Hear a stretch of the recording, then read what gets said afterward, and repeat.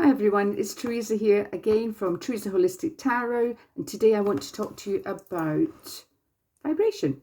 Now, I'm always banging on about lift your vibration, keep your vibration high, don't let it slip down, etc, etc. So why do I actually keep on about this? Well, apart from the fact I totally believe in it, there is science and evidence to prove this. So let me give you a quick overview.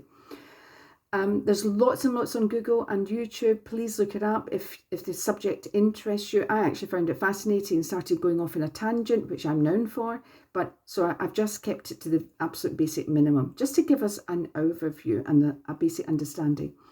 So we human beings, we consist of, well, water in the main, but atoms, energy, and those are measurable. Scientists can actually measure, with their little probes and their gadgets or whatever. Don't ask me what they exactly use, but they can actually measure it.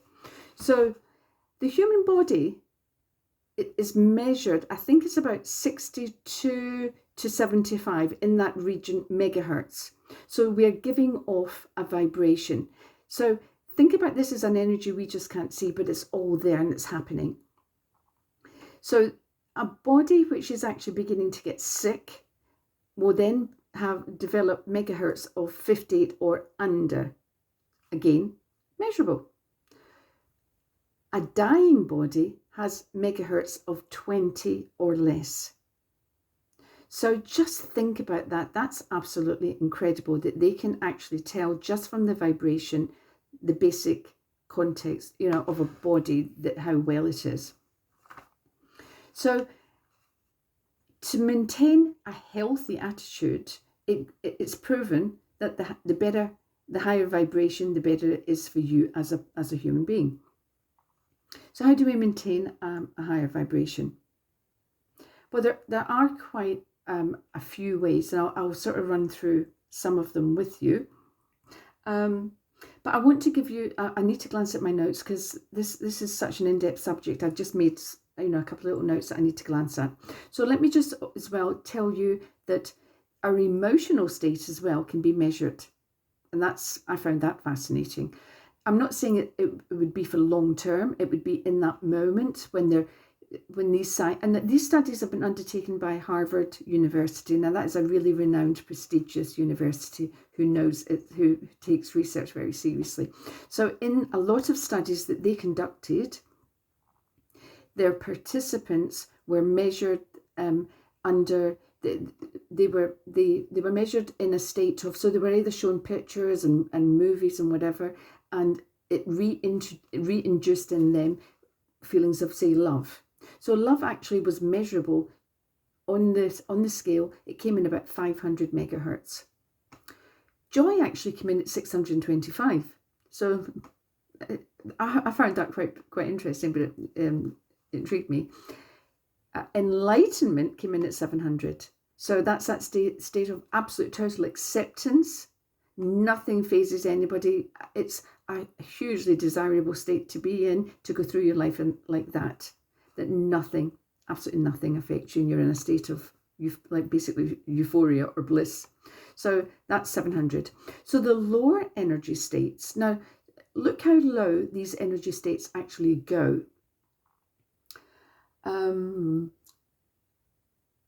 Grief is measurable at 75 megahertz.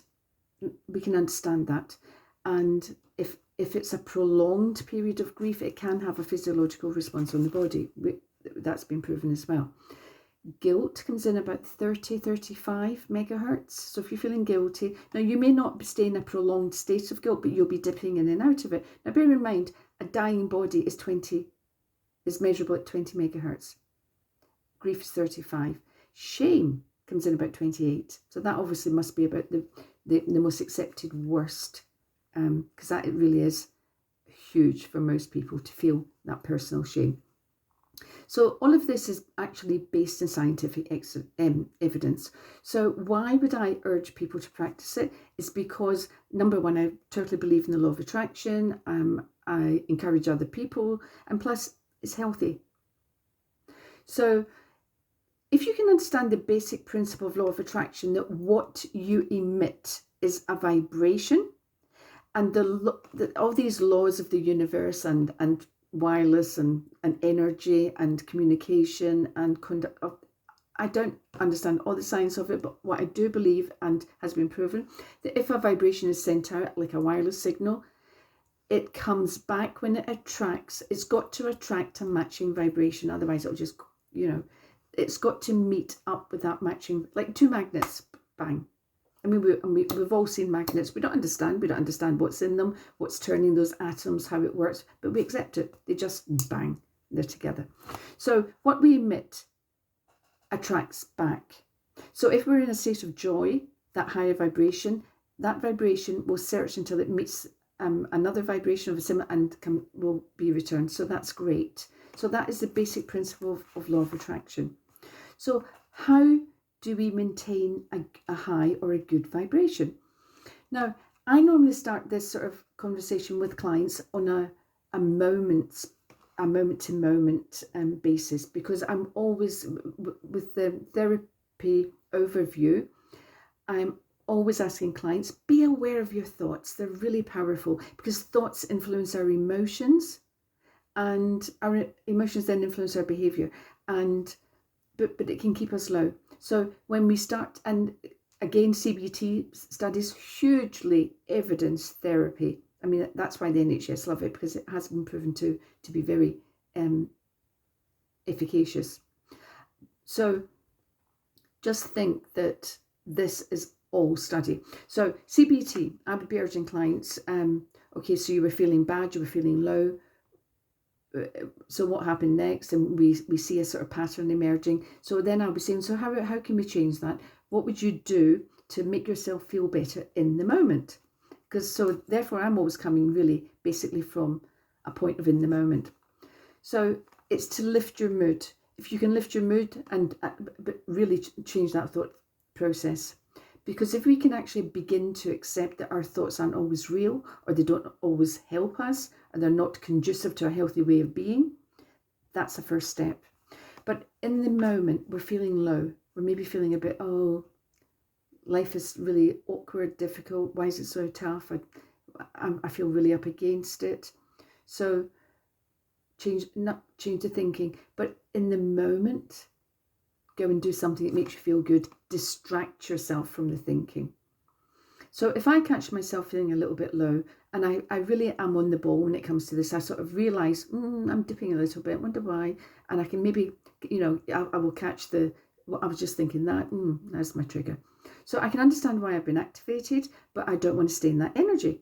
So what do I personally go straight into my garden, because it just like is my Zen moment. That's me. I can go in there fuming, and I can come out there all, So garden for me, secateurs, deadheading flowers, cutting off a few branches. What else do I do? I use candles. I love candles, especially really nice. I just love them. I spray perfume. If I need a quick fix, real quick fix, I go and go psh, psh, psh, and that immediately lifts me. I can text my friend, pick up the phone. I can communicate with somebody that I know will lift myself. So I do something. So it's about getting active and really participating in lifting your own vibration. And you know what works for you. It's different strokes for different folks. So that's in the moment. But there is a bigger overview. And so I made some notes on this, so excuse me if I glance over. Interestingly enough, and I didn't know all, because I think I actually felt a little bit bothered by this, but food is a huge part of maintaining a high vibration. And they ask if you wish to be really, really healthy and maintain that vibration, to eat raw, organic, unprocessed foods. So that's lots and lots of healthy stuff. And so I think cooked chicken and cooked steak and all that come in at a really low vibration, like something like 60 megahertz.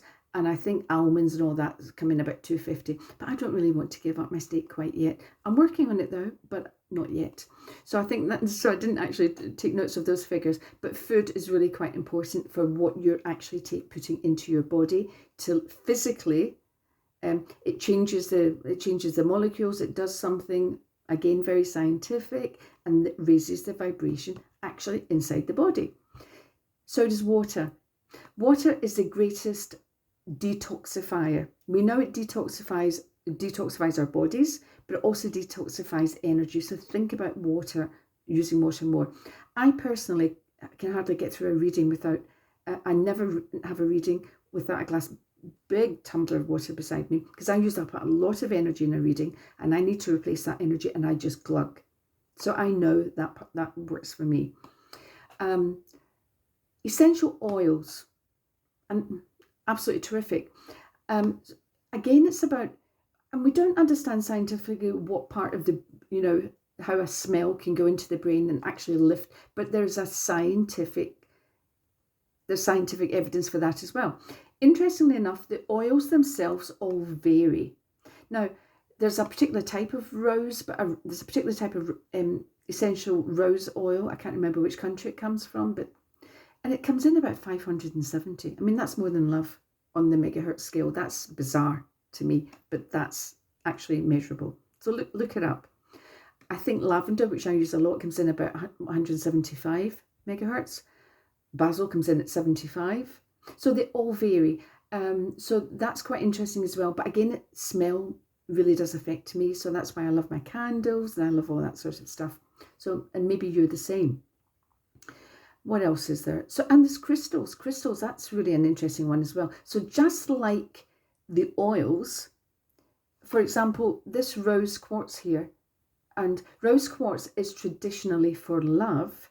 That comes in at really high, something like 500 to 600 megahertz. So when I'm feeling a bit frosty or a bit off somebody, or I want a bit, I carry my quartz around with me. I really believe in it.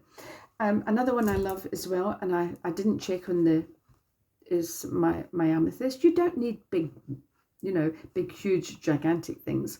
But if I'm struggling over a problem, or I feel I need a little bit of a deeper psychic insight into something, I stick with my quartz. So there's crystals, music. And I personally am very guilty here, because my husband's a bit of a music fiend, and he's always taken over with his music, always on the go. And it sort of sidelined mine a little. My fault, I'm not blaming him. But I now know that when I want to lift my vibration, I go and put some of my corny stuff in the bedroom, and it just lifts me. It lifts me even more if I move with it. I found myself having a little boogie around the kitchen, and I've maybe cut a few carrots up. I've got something similar on the stove. I've got the music on it, and I'm giving it whatever. But that, I've raised my vibration. Sometimes I don't do it. It's not intentional. It just happens, and it's lovely. So there's music. Really, really important. Pay attention to who you're spending time with. Who is actually fueling and helping you lift your vibration? Who's that friend that you always have a good laugh? And laughter is amazing for lifting vibration, but it's so momentary. But it's amazing. So spend time with somebody that can really make you laugh. That is wonderful. But who do you spend time with that you really think, I just love them. I just feel great every time I spend some time. It's fab. Because pay attention to who is not so good. Who's the negative Nancy that makes your energy just go, And pay attention to that as well, because if you're a negative Nancy and you think, well, that's just the way I am, little Debbie Downer is not terribly popular in the office. And negative Nancy and Debbie Downers, I'm sorry, but you've got to try a little bit more, seriously, because you need to be fun to be with. And that we need that. We may love our negative Nancy's and our Debbie Downers. It can be your mum, your sister, your cousin, your friend, whatever. But wouldn't it be nice when they just crack a smile and a little joke? So be aware that this does actually have a real impact upon other people, because it's measurable. I'm just going to glance at my notes and see if I've missed anything. Okay. Very interesting as well. Another Harvard study, gratitude. And I know that sounds a bit, a bit woo-woo, but it's not. It's been proven that if people are in a state of gratitude, now, number one, think about it in a logical point of view. I always say this as well to clients, because in a CBT issue, if my clients are are focusing on what's going wrong in their lives, and they're a bit depressed, and they're concentrating on the romance that didn't work out, how their boss is really giving them a hard time, and they're beginning to really focus on every single aspect of what's going wrong in their life. You know, they'll find that evidence to support that life is just horrible. They'll find it because they're looking for it. So I forgot what I was going to say. I'll need to have a look at my notes.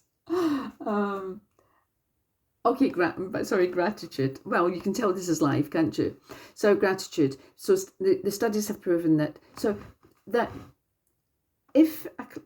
I will say to my clients, okay, so at that moment when you realise you're slipping into that, oh, woe is me, life is terrible, I said, why not try sitting down and get a notepad out and start actually writing down what's going on that's good in your life?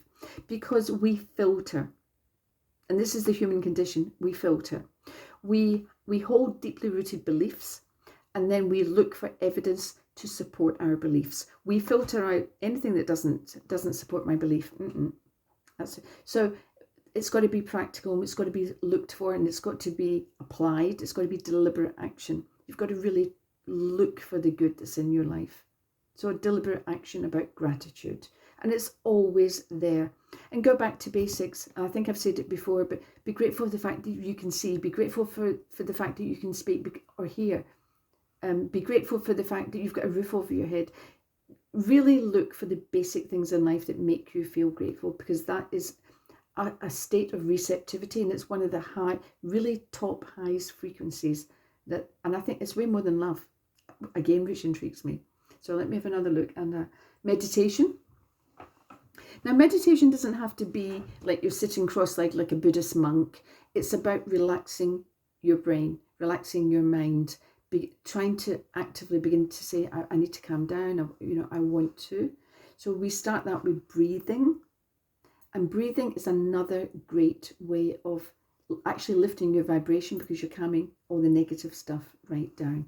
So, but back to meditation. If you're new to meditation, try short ones, 5 minutes. 5-minute guided meditations. Listen to the voice, focus on the voice, find a voice that resonates with you. You don't want to have somebody that gets on your nerves, because you just won't stick with it. But start small, baby steps, 5 minutes. I would never say to anybody go up to that's really personal. If you can get to a point of doing 2 5-minute sessions a day, that's excellent. That is a really, really great start, because it helps to calm everything down. Again, we don't know how it works apart from the breathing. The breathing has an effect on the heart has an effect on the organs, blah, blah, blah. So again, very measurable. So again, breathing. And it's not just to do with anxiety. Choosing to breathe in a certain way lifts our vibration, because we're taking in oxygen, we're feeding our body, we're nurturing the cells, and that has, again, another physiological response, scientific measurable effect. So that's great. Right, I'm just going to have a quick look to see if I've missed anything. Crystals, water, gratitude, positive thinking. Positive thinking, but that's, again, for me, sort of links in with the gratitude, but trying not to focus on the negative, trying not to look for what's going wrong, look for what's going right. And let's be honest here. Positive thinking people are actually more fun to be with. They're more productive. They're more helpful. They're kinder as a rule, because they're looking for the positive in life. So just bear in mind, it's not just for your well-being. How you're showing up vibrationally in the world has an impact upon other people. And I think that's amazing. So I hope my explanation, a little bit garbled in parts probably, but that's just me, makes some sense to you. If it does, please put it in the comments below. If you like the video, please like it. I'm trying to get more subscribers. I'm trying to get my little messages out to my clients and some others. So please like, share, subscribe. I would be really grateful, and see you soon. Bye-bye.